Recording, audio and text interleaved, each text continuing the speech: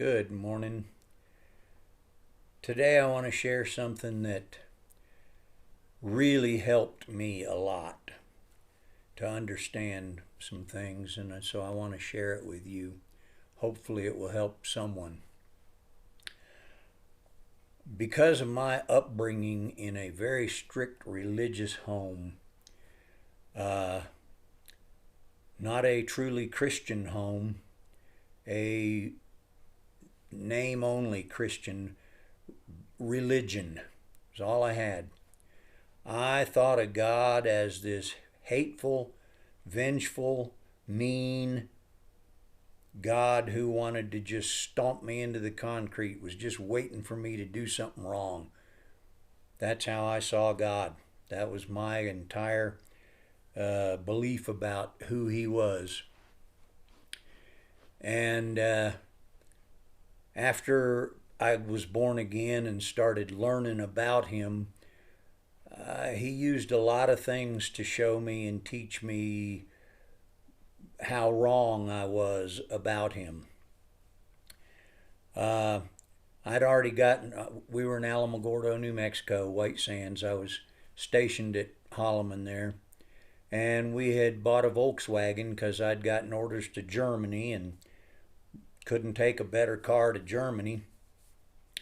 So every day I would drive in that Volkswagen, the sun would be right at the place where it hit the tailpipes. And a Volkswagen, a little bug, a beetle, had these two little shiny tailpipes, chrome, sticking out of the back of the car. Sarah was 2 years old, my daughter. She would come running out every day. As soon as she heard the car pull in the carport, she came running out. And she would be going straight for those tailpipes, hands out, just wanting to grab them. They were shiny, they were pretty. She wanted them. And I would get out every day and go, "No, that is hot." What did that mean to her? Nothing, actually. And she would cry every day. I'd grab her, I'd pick her up, I'd say, "No, that's hot."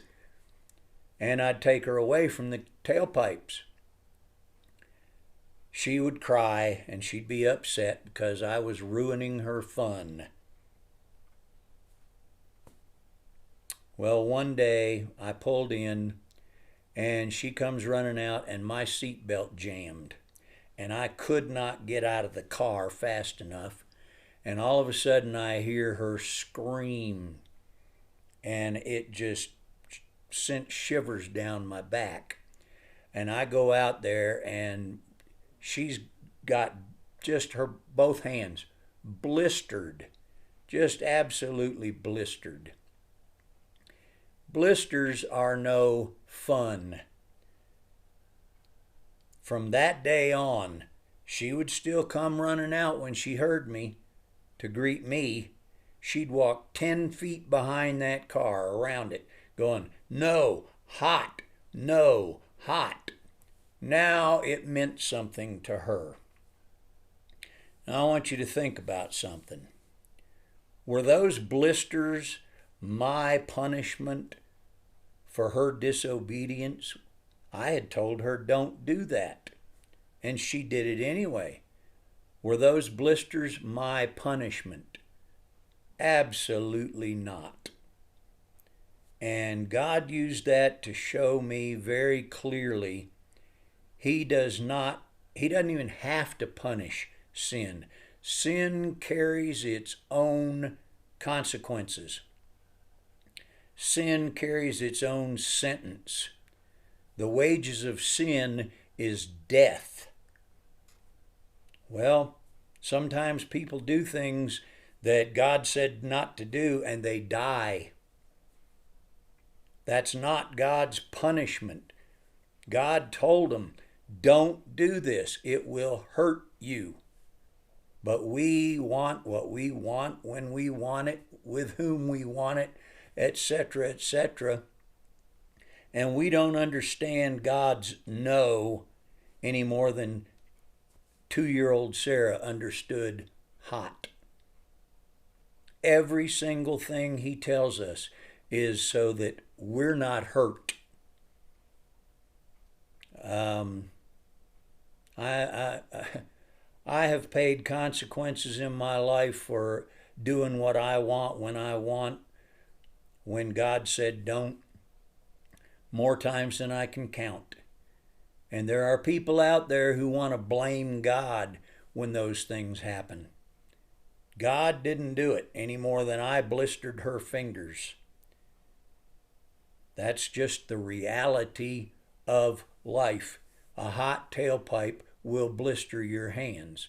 I don't care how much fun it looks like, it's not. And there are thousands of things out there that will hurt you. They will kill you. They will do you in. They will destroy your life. And God says, don't do that. Because He wants to ruin your fun. No. He knows you're going to have blistered hands. And He tries to point out what we need to do. And then we either do it or we don't. Look at your life right now and look at the things you may be doing that you know you shouldn't be doing, and look at the consequences of those things. We all do things that we know we shouldn't, and then we pay for it. Hopefully this will help somebody realize that when the consequences come, that is not God being a mean, vengeful God punishing you. It's the natural consequences of sin. God bless you.